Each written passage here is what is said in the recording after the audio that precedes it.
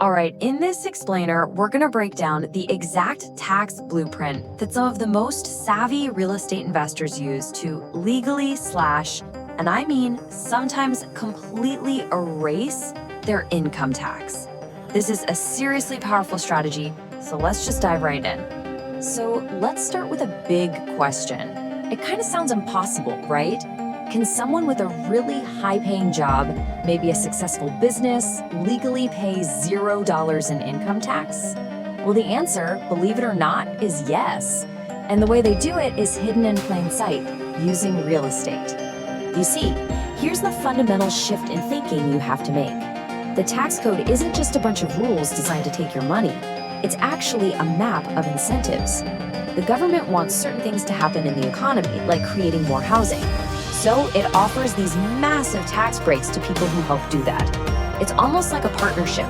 You provide the property and they provide the loopholes. To really get how this all works, we're going to break it down into 5 steps. First, we'll look at the active income problem. Then we'll see how to unlock paper losses. After that, we'll use the short-term rental key, learn how to play the long game, and finally, we'll lay out the entire operational blueprint. Okay, section 1, the active income problem. This is all about why the money you make from your day job is basically trapped. If you earn a high salary, that money is what's called active income, and the IRS pretty much has it locked in a high tax bucket. So what's holding your income hostage? It's something called the Passive Activity Loss Rules, or PAL rules for short. Put simply, the tax code builds this giant wall. On one side, you have losses from your rental properties, your passive stuff. On the other side, you have your W-2 income, your active stuff. And normally, you can't use the losses on one side to lower the income on the other. That wall is the big obstacle we have to get around. Which brings us to section 2, unlocking paper losses. This right here is the engine of the entire tax reduction strategy. See, to create a deduction big enough to really matter, you don't actually have to lose money.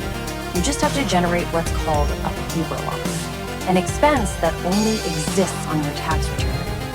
And the machine that cranks out these paper losses is called depreciation. The tax code lets you deduct the value of the building. Now, not the land, just the building, because it theoretically wears out over time. And here's the brilliant part. While your property is probably going up in value in the real world, on paper, you get to claim it's losing value. That's the magic trick. Now, standard depreciation is, well, it's slow. As you can see on the left, it's just this tiny little deduction that trickles out over almost 30 years. But what we want, what this whole strategy hinges on, is over on the right, accelerated depreciation. This lets you pull decades of future deductions forward into the first few years, creating this massive, front-loaded tax benefit right now. So how do you accelerate it? You do it with something called a cost segregation study. This is where you get engineers to come in and basically break your property down into all its little pieces. They identify everything that isn't part of the core structure. We're talking carpets, appliances, light fixtures, and they reclassify those items so you can light them off way, way faster. And this just shows you the insane impact. By doing one of these studies, you can often write off 20 to 30% of the building's entire value in the very first year. So on $1 million building, that's a potential $200,000 or $300,000 deduction immediately. So now we've got this huge paper loss, but it's still stuck behind that wall. And that brings us to section 3, the short-term rental key. This is how we get the sledgehammer to smash through that wall and connect our huge paper losses to our active income. Now, there is a path called real estate professional status, but let's be real, it requires over 750 hours a year. That's practically a full-time job in itself, so it's impossible for most people with a demanding career. The real game changer is the short-term rental, or STR exception. It's a special little workaround in the tax code that gives us a much easier path. And the requirements are actually surprisingly simple. First, the average stay for your guests has to be 7 days or less. Easy enough. Second, You, the owner, have to materially participate. Now that sounds intense, but it doesn't mean you're cleaning toilets. It just means you're actively involved, making management decisions, setting prices, maybe communicating with guests, stuff you can totally do from your phone. You meet those two simple rules and boom, the wall comes crashing down.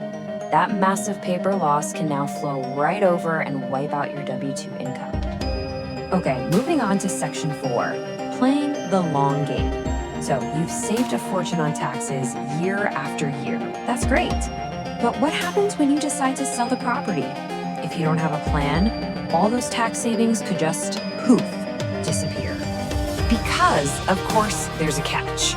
All those huge depreciation deductions you've been taking, they weren't exactly a free gift. Think of them more like an interest-free loan from the government, and the bill comes due the moment you sell. This is called depreciation recapture. Essentially, the IRS comes knocking and says, hey, remember all that value we let you deduct over the years? Now that you've sold and made a profit, we want to tax you on those deductions. And this can be a pretty significant tax bill if you're not ready for it. But here's the crucial part. You never just sell the property and write a big check to the IRS. No way. The smart play is to use one of two incredibly powerful solutions. You either defer the tax or you eliminate it entirely. This timeline really shows you the whole life cycle. You start by buying the property and using those big paper losses to offset your income. Then, when you're ready to sell, you use something called a 1031 exchange. This lets you roll all the proceeds and the tax liability into a new, bigger property, deferring the tax bill. You can just keep doing this over and over, but here's the ultimate end game. When you pass the property to your heirs, the tax basis steps up to whatever the market value is on that day. And that means all those deferred taxes, the capital gains, the depreciation recapture, it all just vanishes. It's completely forgiven, wiped clean. That is how you build true generational wealth. Finally, we're at section 5, the operational blueprint. The strategy itself is clear, but executing it correctly is everything. So let's look at how to structure this the right way for success and, importantly, for safety. When you're looking for a property, these 4 things are absolutely critical. You want a high building to land ratio, like 80% building, 20% land, to get the biggest possible depreciation. You have to make sure the local laws are friendly to short-term rentals. Obviously, pick an area with strong tourism so you stay booked. And above all, make sure the property is going to be cash flow positive from day 1. And for asset protection, listen up because the sequence here is non-negotiable. Step 1, you establish an LLC. Step 2, you purchase the property in the name of the LLC. Step 3, you open a separate business bank account. You have to do it in that exact order. And here is exactly why that order is so critical. As experts point out, if you buy a property in your own name first and then try to transfer it into an LLC, you can trigger what's called a due on sale clause in your mortgage. That means your bank has the right to demand you pay back the entire loan immediately. It's a catastrophic mistake, but it's also completely avoidable if you just set things up correctly from the start. So now that you've seen the entire blueprint, from creating paper losses to smashing through the wall to offset your income, and all the way to eliminating the tax entirely through inheritance, how does it change your view of the tax code? Is it just a burden you have to pay every year? Or is it actually a map of incentives?